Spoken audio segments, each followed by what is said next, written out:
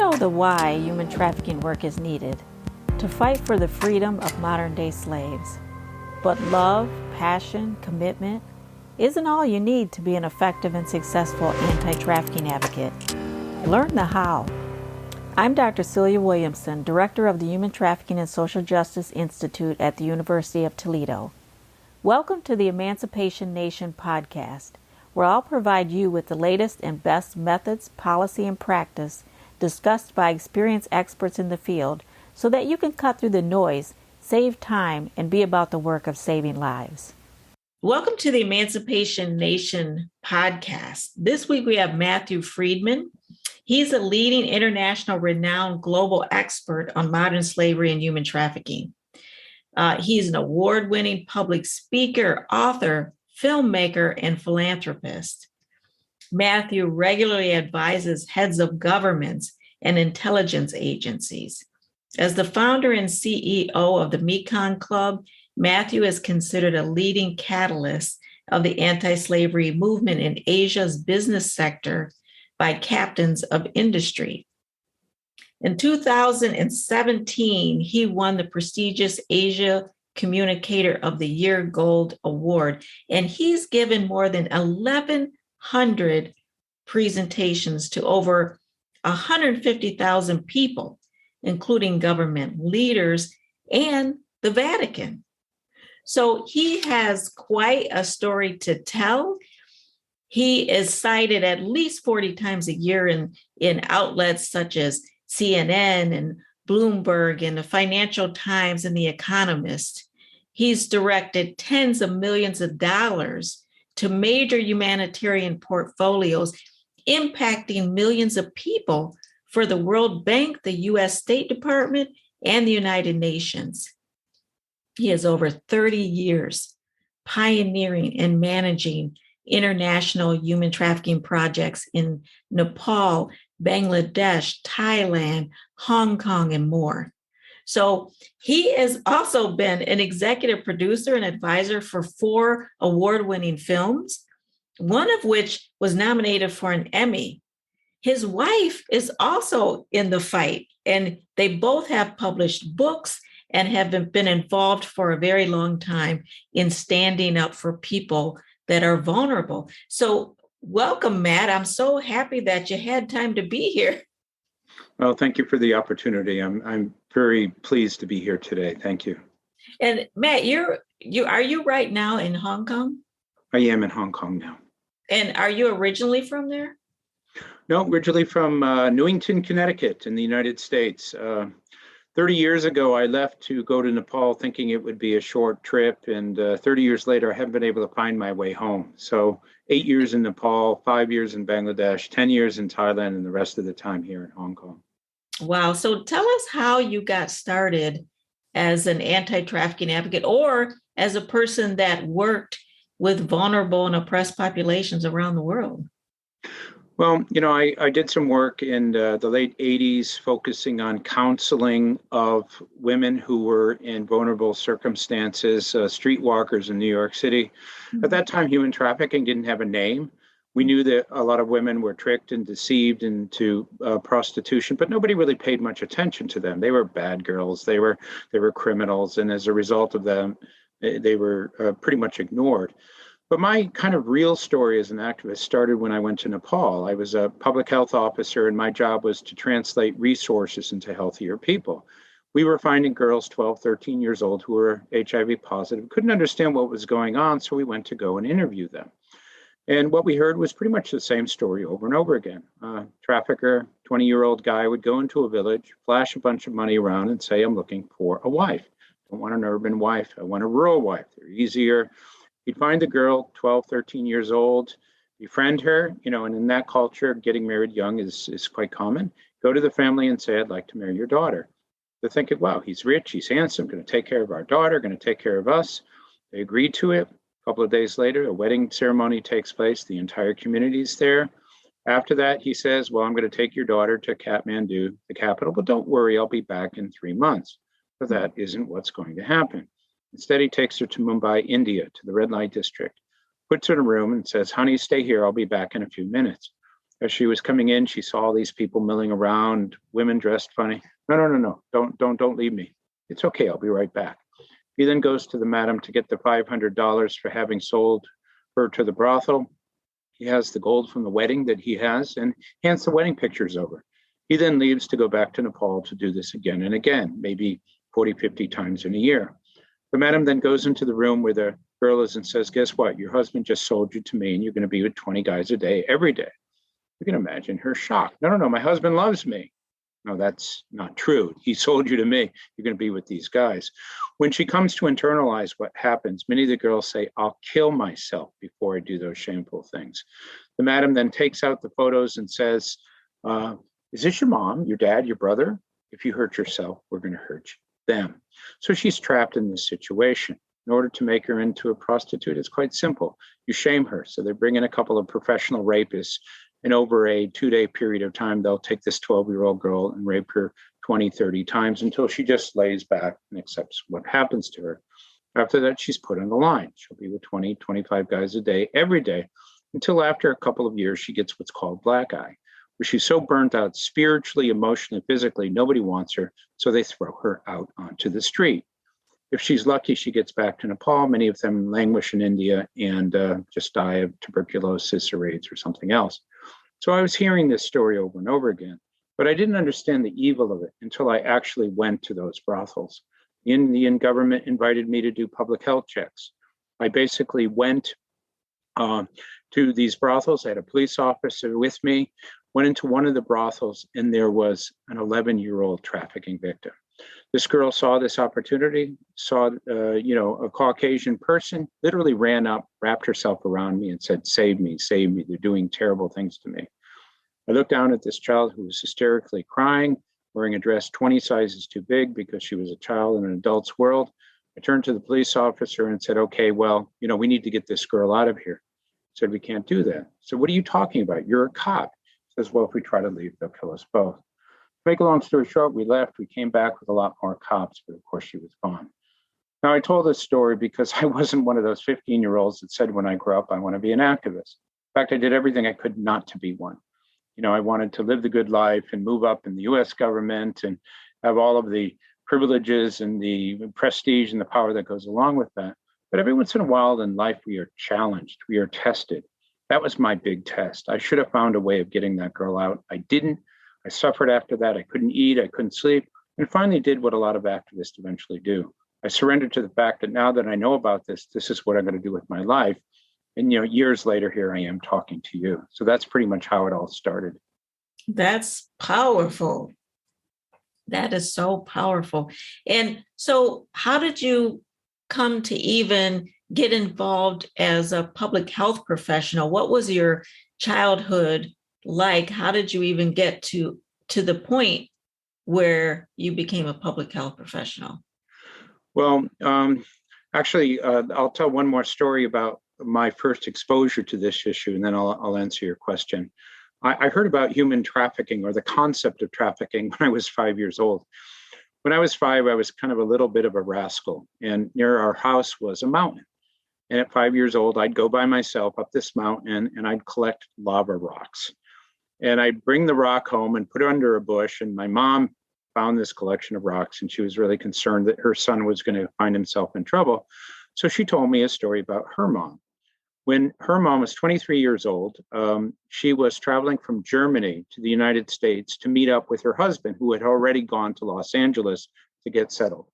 So she, got off the boat, got onto a train, and was going across the country. And when she got to Chicago, she thought she was in Los Angeles. She didn't know where she was because she didn't speak English. So she's going around asking people in German, am I here? Am I here? Nobody understood what was happening. Finally, this German-speaking guy comes up and says, oh, yeah, you're here in Los Angeles. Your husband sent me to get you, to take you off to his home. Everything's going to be great. He was actually a white slaver, what they called human traffickers back then. And he was going to take this 23-year-old right off the boat woman off to a brothel.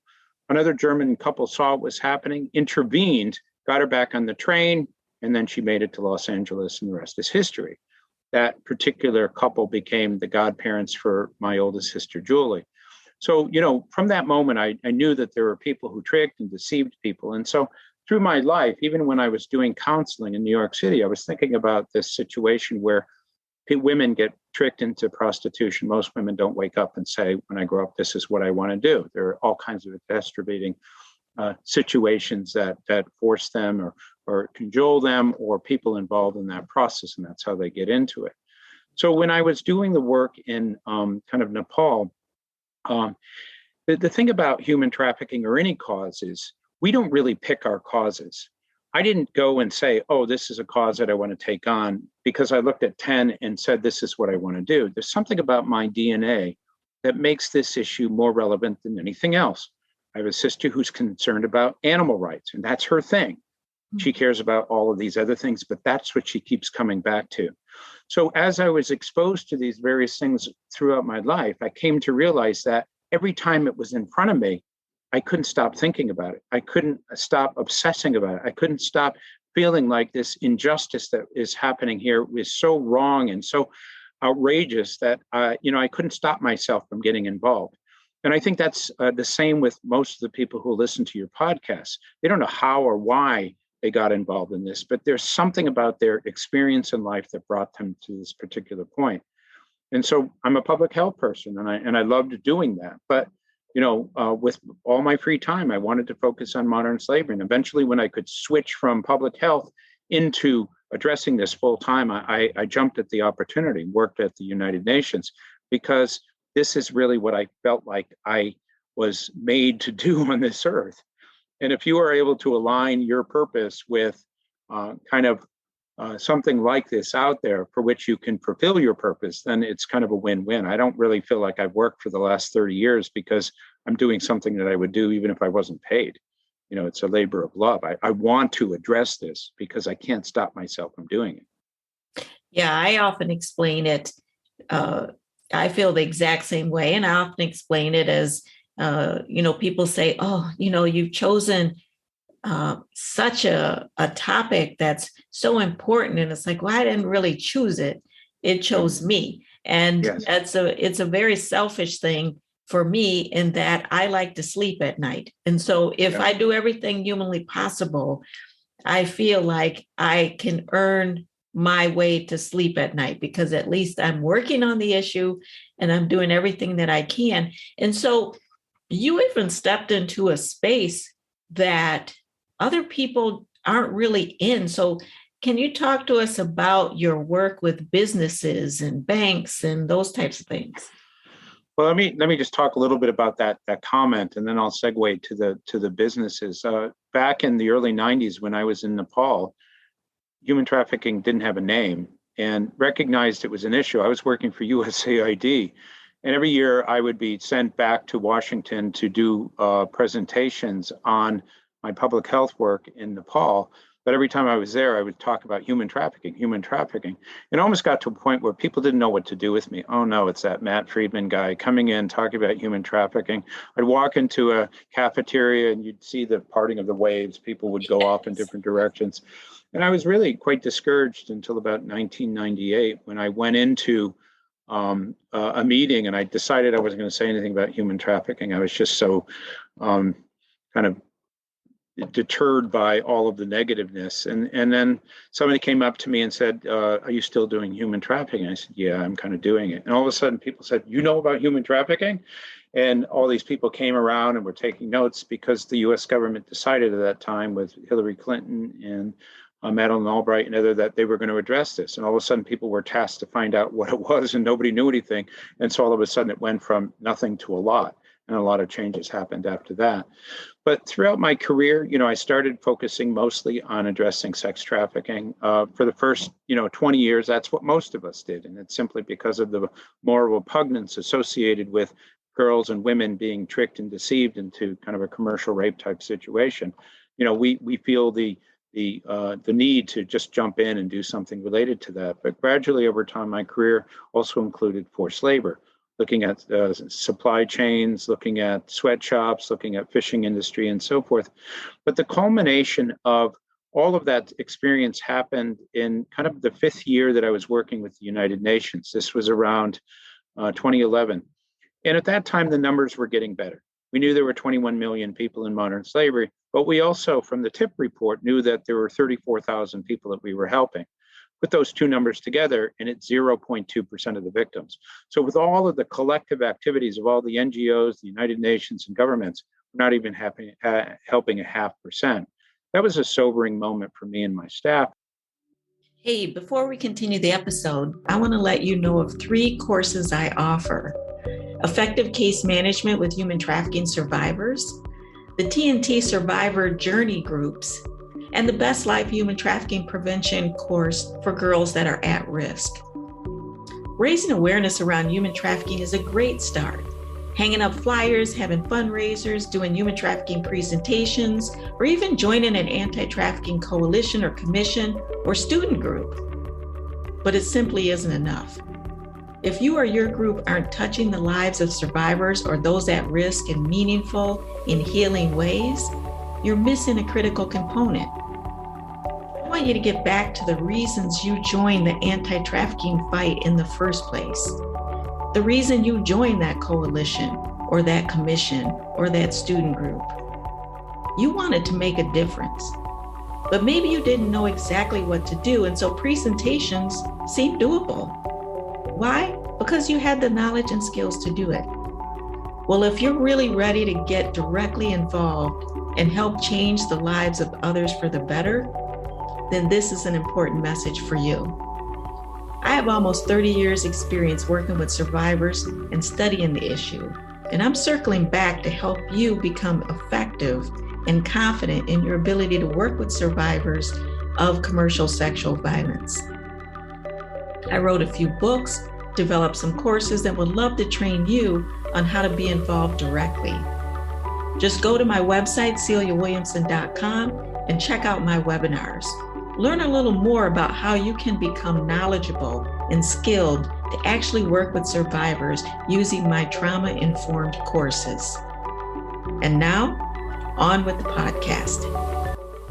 And so we said, okay, well, what we need to do is to look at the statistics. Where are these big numbers?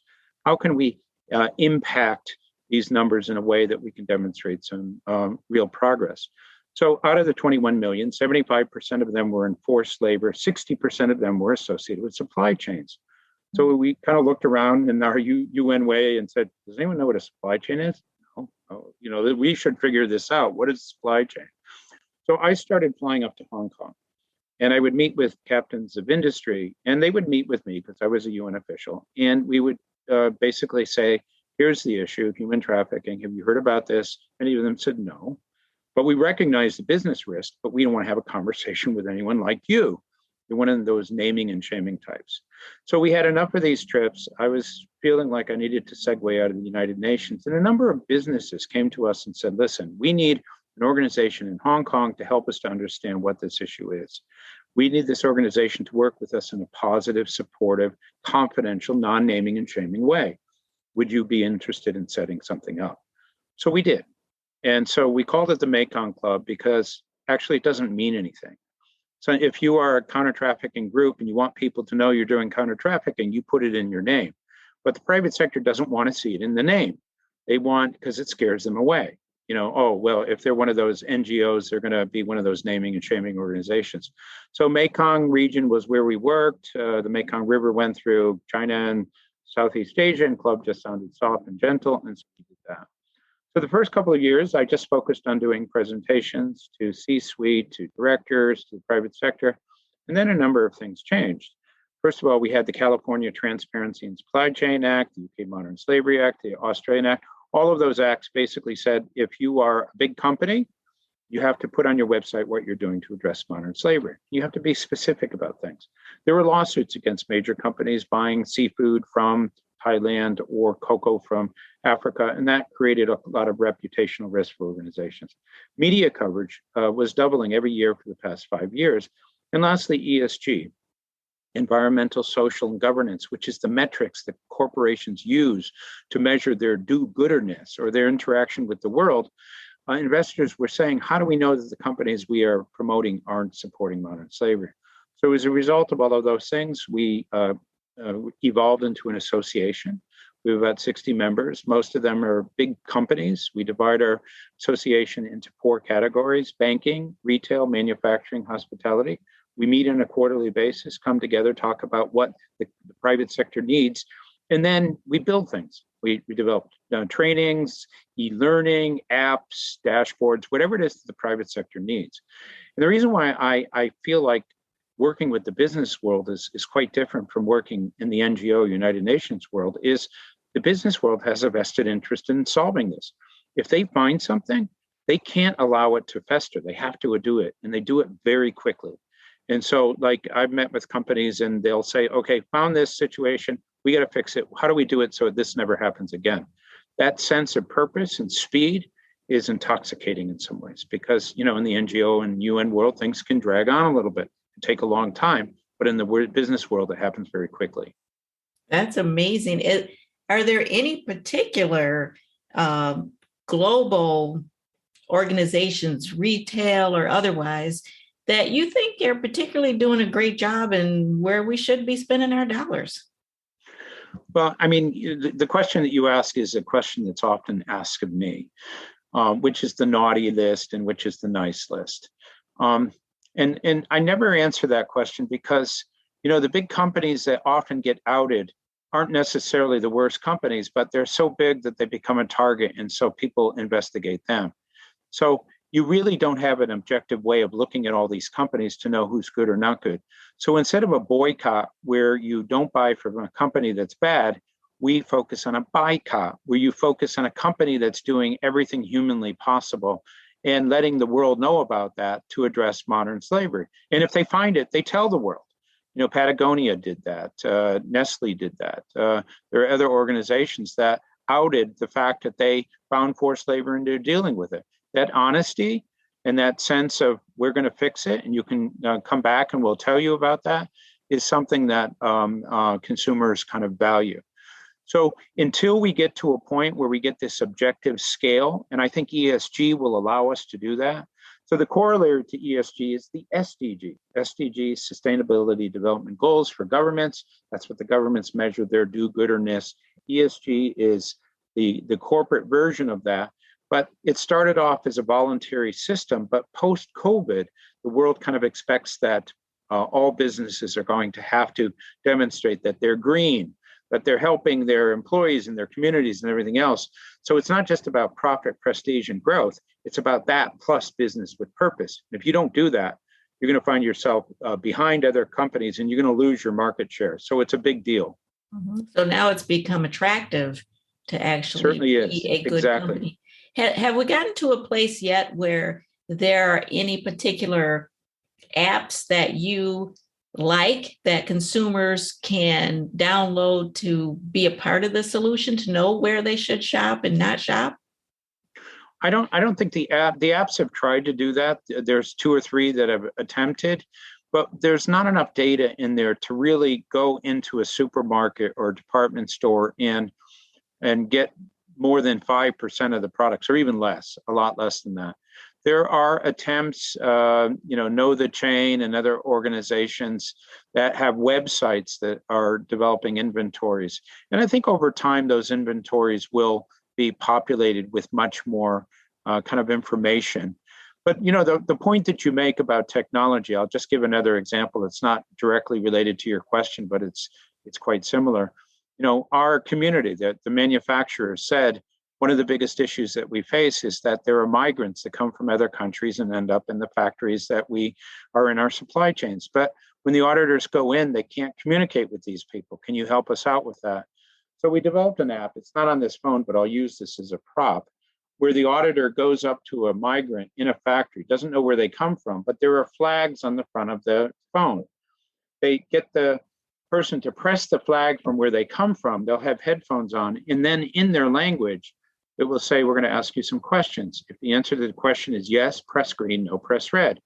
Are you in an indebted situation? Do you need help? Are you forced to work overtime? All of these types of things. And so what this app does is triages a group of people who are often not communicated with because there's no interpreter to determine if there's an issue. And so as a result of this suggestion from the private sector in the development of this app, a lot more victim identification can take place. That demonstrates the power of technology in a good way to be able to address this issue. That's great. So talk about this book that you've published. What's the name of it and what's it about? Um, it's probably backwards on your screen. Where Were You? A Profile of Modern Slavery.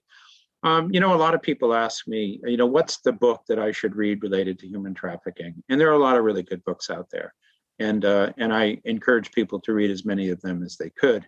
But what I thought was unique about my experience is that I was involved in this issue all the way from the beginning.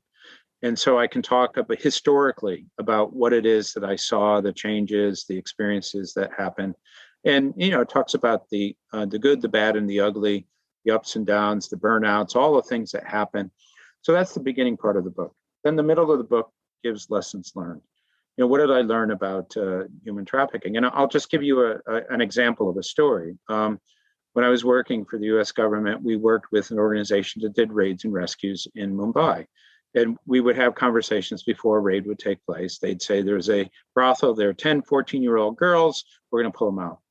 So we'd have a discussion and they'd go ahead and do it. They'd pull the girls out, but they weren't able to close the institution down.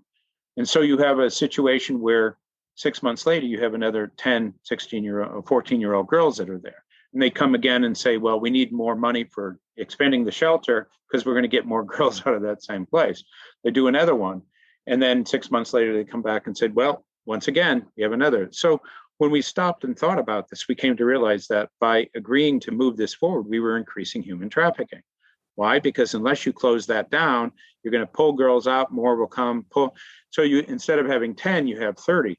So we talk about the ethical and moral dilemma of trying to figure out, well, what do you do in a situation? What is the outcome? And the answer we came up with is until and unless we can close that brothel down, we can't pull more girls out because we're pulling more girls in. So there's a lot of nuances that exist within the counter-trafficking world, judgment calls that have to be made, difficult decisions that we have to address. And in that second part of the book, I focus on those lessons learned. Another part of that is just a lot of interpersonal stuff that happens. It's not about the counter-trafficking world having issues with the criminal world. It's about the NGOs fighting amongst themselves, not being able to collaborate, having power struggles, concerns about whether or not if I work with somebody else, I'm going to give them a financial competitive advantage. All of those things stifle the potential for us to really kind of work as a community. So I talk about a lot of experiences related to that. And then I end by basically saying out of, the 40 million people that are estimated to be in modern slavery, we're helping 108,000 now, which is still 0.2%.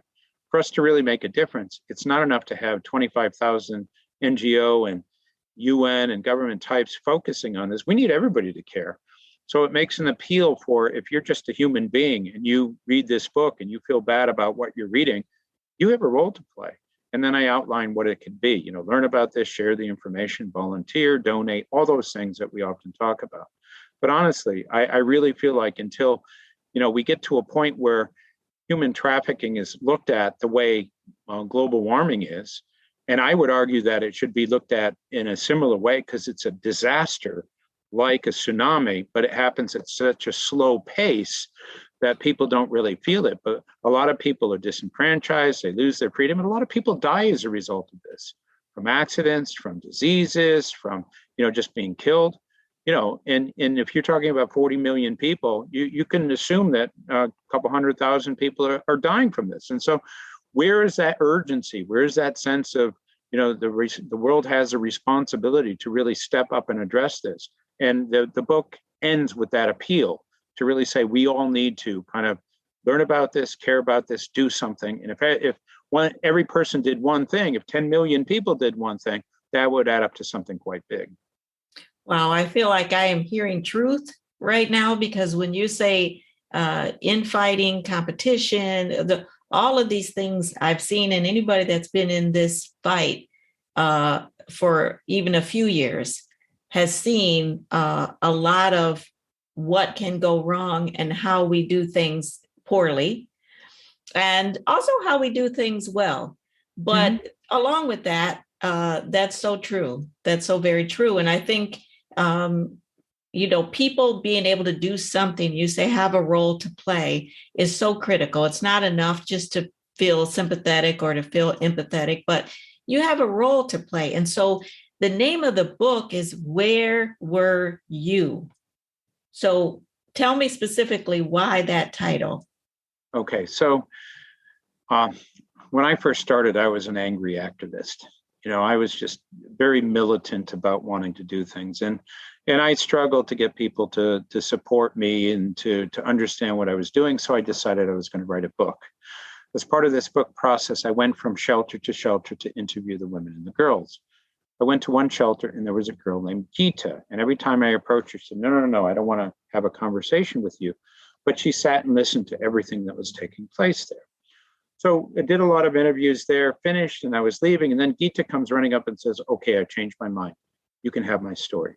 So I knew something had happened with this particular girl because everybody kind of alluded to the fact that this was a different type of story. So, for my selfish reason, I was glad that I was going to be able to talk to her. So she sat on one side of the table, and there were a number of us on the other side of the table.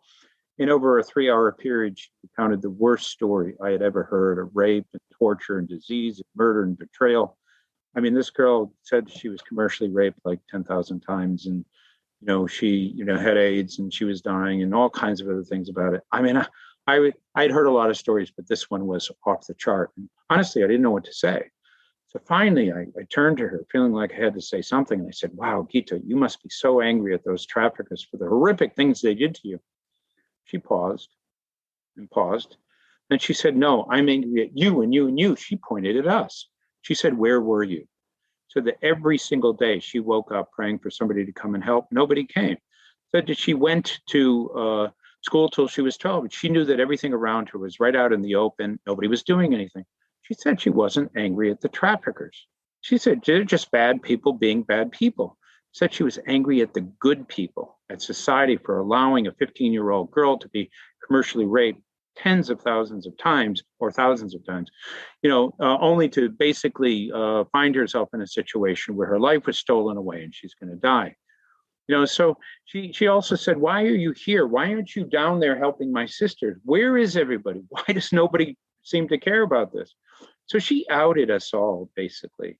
She understood inherently, as a young person in this situation that, the world wasn't doing anything to really address this. And she couldn't understand it because she knew the extent to which this was an evil and the extent to which it really devastated a person's life in such a critical way.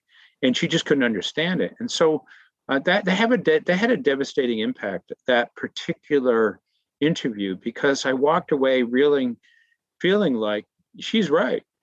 These victims and survivors have a right to ask the question, why is it that nobody came to my rescue? And I ask that question all the time. Why is it so hard for us to get people excited?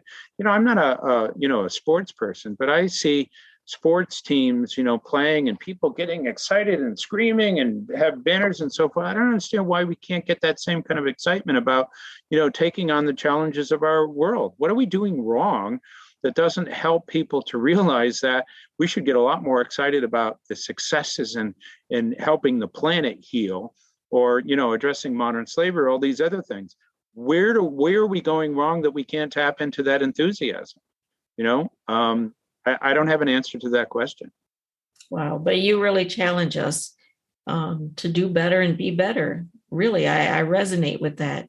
So tell me, what is on the horizon for Matt in the next 2 or 3 years? Well, I did a talk a couple of years ago for Reuters at a big conference, a Stop Slavery conference, where I presented my moon goal speech. I only had about 10 minutes to present it, but I started off by saying when NASA first was set up, their only goal was to get rockets in space to catch up with the Soviet Union because they were behind. They didn't really have a sense of purpose or direction. And then all of a sudden, Kennedy came along and said, we're going to send a man to the moon and get him back safely. All of a sudden, NASA had a purpose. All the engineers and the researchers and the technicians focused on that one thing. And as a result of that, a great achievement occurred. Men went on to the moon several times. Assuming you believe that, I do. Not everybody does. But I then posed the question, what would be the equivalent of a moon goal for a private sector response to addressing modern slavery? And I answered the question by saying over between now and 2030, manufacturing related forced labor could be ended without an impact on profitability.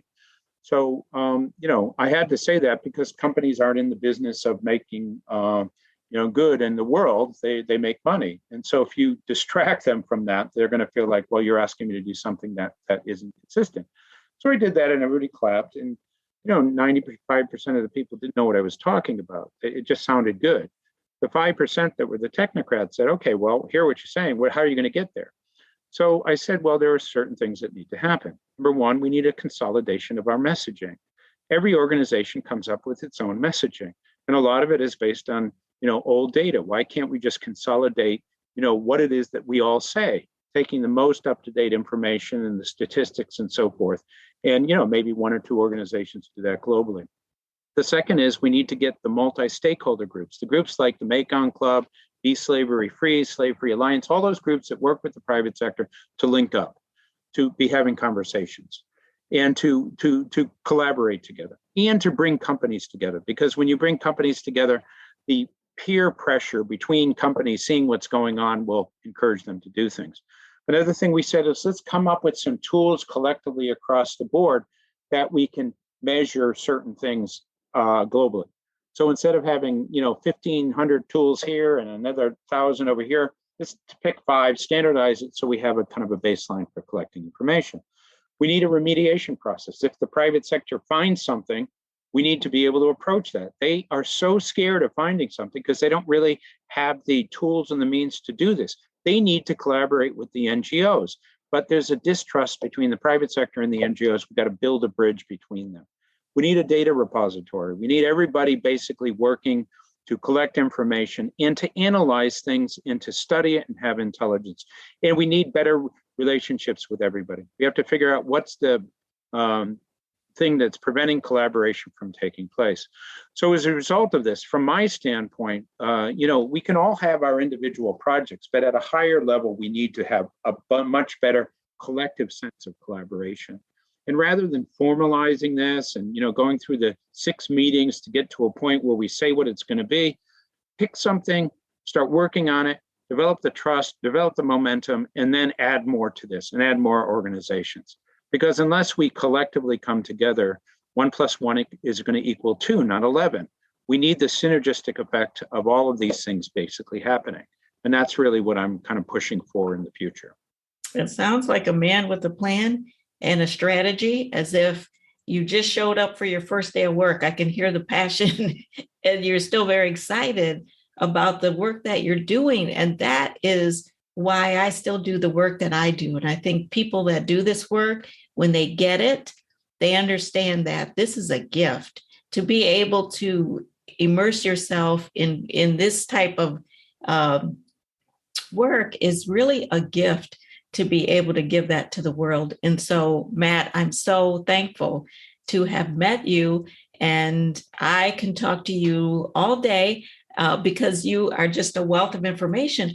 But if there's something that you could share with our audience of advocates, they're not at your level. They haven't been, involved in the UN, perhaps. They haven't been around the world. They haven't been, privy to the people you've talked to and in the villages and the corporations and private industry. They're trying to get involved and they're trying to make a difference. What advice would you give them as they're trying to just struggle and be a part of the solution? Yeah, I think take care of yourself. Those of us who take this issue on take on a tremendous burden. We feel the pain. We're compassionate by nature. We are empathetic by nature. We see the fact that we are only having a small impact. So we have to really take care of ourselves because it's really easy to burn out. The second thing is, the starfish parable. There were times when I looked at 40 million and then we're helping 0.2, and it was such a big kind of asked to be able to have an impact, that I had to whittle my success or my impact down to something very manageable. And so we often use the starfish parable. And the way that goes is there's a beach, it's about 10 kilometers long, and father and son are walking down the beach. Father sees a beach starfish, picks it up, throws it in, sees another one, picks it up, throws it in, walks halfway down the beach. The son looks at the father and says, this beach goes on forever. You can't possibly help all these starfish. What difference does it make? Father looks to the son and says, well, to every starfish that gets back into the water, it makes all the difference in the world. So every person that we help, every person that we are able to kind of get through this process of, transforming their life from what it was to something else is a big victory. And we have to really savor those victories. And, my book, it deals with a very horrific issue, but it's really about hope. I'm an optimist because I feel like the answer to how to fix this is out there. We just haven't found it yet. So we got to keep looking. We got to try this, try this, try this. So I never get discouraged because I feel like, okay, well, we haven't tried. There's another dozen things or 5 dozen things out there that we haven't tried, or we haven't worked with this group, or we haven't brought these people together. Eventually we'll do that. Eventually the world will wake up to this. So I in my heart of hearts, that's what I believe. And if I didn't believe that, I would burn out, and I would get to a point where I just kind of lose hope. But I want people to understand that it's within the realm of possibility. And to just give a hypothetical situation, somebody came to me and said it's impossible to end modern slavery, and I said, okay, well, let me give you a hypothetical. What if there was an asteroid that was going to hit Earth, and we had 2 years before that happened, and we could steer this asteroid to the left or the right if we could end modern slavery? Do you think we would? Of course we would. We have a vested interest. We have a desire to do that.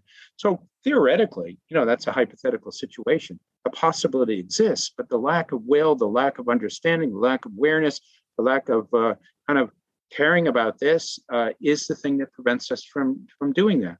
So we have to just kind of continue to find that message that's going to have an impact. And then eventually, I think we will. And then we can have the progress that we've been all striving for.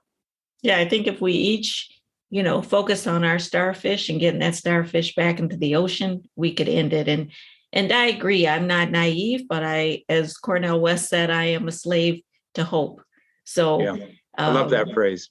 Yeah, I think that is all I want to actually say in this podcast. I'm going to end it right here. But yeah, thank you so much, Matt. This has been amazing. Also, tell me the name of your wife's book. A Long Road to Justice, Stories from the Front Line. That's an amazing book. I'm really so proud of her. She has done a lot of work on this. And in her case, like me, her attempt to address justice is intertwined with experiences that she had in her own life that motivated her. She is so proud of her for being able to put that on paper and to express so much of herself and her journey. It's an amazing book. I'm going to mention that in my comments, and then I'm going to piece this part in, but can you tell the viewers, let me start over. Can you let us know your contact information in case there are any listeners that want to reach out to you? Yeah, probably the best way is for the podcast, just give my email and say, if you have any questions, comments, suggestions, by all means, reach out to me. I correspond with people all over the world. I'm always happy to do that, and so, and what's interesting is the experience in Africa and Asia aren't so different. A lot of people talk about how complex human trafficking is. It's quite interesting to me, the consistency that you see in criminal behavior. There's 10 variations on the theme, and whether it's in Africa or Asia or North America, they're pretty much very similar in the way things are done. So there are some things that can go from one continent or one country to another that could be adapted to that context. You obviously have to adapt it to the culture and the practices and everything else there. But there's so much that I can learn from what's happening in Brazil or in Tanzania And I have over the years, and we've applied those things to what we do here and vice versa. Awesome. And are you open to presentations if somebody, because I want to be able to mention that too. Yeah, I do about 160 presentations a year. Awesome. If as long as we can just find a time, and it's easy for me to do it because I've done so many presentations. I have all the slides. There's very little preparation. It's just a matter of, getting on a Zoom and doing it. So totally open to that. Well, thank you so much I'm so glad that I connected with you. You've just been a wealth of information and inspiration. I mean, really, I was like wiping my eye because it's just like I was tearing up at what you were saying. It's so beautiful. Not just the words, but the fact that you behind the words is all the work that you've done over the decades. I mean, it's amazing. So just thank you so much for everything you do and for finding a life partner that is just as awesome as you are. She's more awesome. Yeah, in the work and the book that she's written. So that's very cool. So thank you. So do you see yourself coming back to the US ever, or are you going to stay in Hong Kong? Yeah, I think if COVID hadn't hit, we would have been back in the US. My wife and I did a road trip across the United States. I woke up, I'm a Christian, and felt like God was telling me I had to go across the country. So I said, I'm going to do 100-day trip across the United States and do one presentation a day. So I went to my board and they said, no. Went to them again. They said, no. And no, no, no, no, no, no, no. And then they said, maybe, but you can only go for 30 days. And we ended up doing 70 days. So we went from Vancouver down the West Coast, across to Texas, up to, Chicago, all the way down to Florida and up to New York, did 27 cities, 115 presentations, 15,000 people, and really learned a lot about what was happening or not happening in the United States. And at that time thought that we were going to be coming back. I felt like what I wanted to do was to play an ambassadorial role, to go into communities as a non-NGO, to just be, a mentor, so I'm not competing with any of them because I'm not trying to take their money, but I take this hand and this hand and bring them together and negotiate, collaboration, because we figured out how to do that here in Asia because we recognize it was such a constraint. So we're going to call it the Emancipation Project. Had some momentum and then lost a lot of that momentum with COVID. So, the Mekong Club is an organization that I will continue to work with for, extended time, but I can do it there too if I had to. So, well, if there's anything in the future you need from me, we have resources in terms of people resource. I mean, we have a global association of human trafficking scholars, people that do research. So we're able to help in that sense. And, we have a global conference. It's the largest academic conference. So we can help in that sense. So if there's anything in the future, just feel free to reach out to me and let me know. Well, I need to return the compliment. I mean, the fact that you have been able to do this many interviews with this many groups, the fact that you have a following of 3,000, that's amazing. And this continuing education is part of what I was saying about the standardization of what it is that we collectively as a community have to begin to do. There are things that we can just standardize so that we're not spending so much time, doing our own individual briefing approaches. You can do e-learning things, get a bunch of people to just get it done so that you can then focus on, the real work or whatever it is that you need to do. And so tapping into that community and figuring out a way of how that can translate into kind of something at 30,000 feet that really helps collectively address all of our needs. Wow, that would be a really cool thing. Yeah. Oh, we have like over 20,000 in our email list. Wow. We just have 3,000 that consistently, follow the podcast, but some people prefer, they follow. We have 900 people in our online network community, so they like that. We have other people that just like to come to the conference. We have 2,000 people that come to the conference. So, and then I have a couple online courses because people had a lot of passion and no skill in how to actually work with survivors and Yes. address their trauma. And so, I have some courses on how to teach people to walk alongside survivors and help heal trauma and not just make it up as you go. And so, Well, let me just mention something related to that. So, again, through kind of a church thing that my wife and I were both involved in, we set up a kind of a counter trafficking community response approach. And what we found is that most of our volunteers were young women between the ages of 17 and 25. And what we came to realize is that many of them were traumatized themselves, not with forced trafficking or anything like that, but they yep. had physical abuse, emotional abuse, sexual Oh, I abuse in agree. their life, and so they were drawn to this because they weren't able to solve their own issues, and so we had to do a bunch of healing exercises, bring Yes, in psychologists and people to come and help with this because it was kind of almost dangerous for them to be in this situation because they could easily be triggered. So we exactly. we we did what we could to help with the rehabilitation so that they could then feel Mhm. like they were healing, but then they could go on to become healers themselves. Yeah, I don't think a lot of people really understand the extent to which they don't even consciously know they're being drawn to something.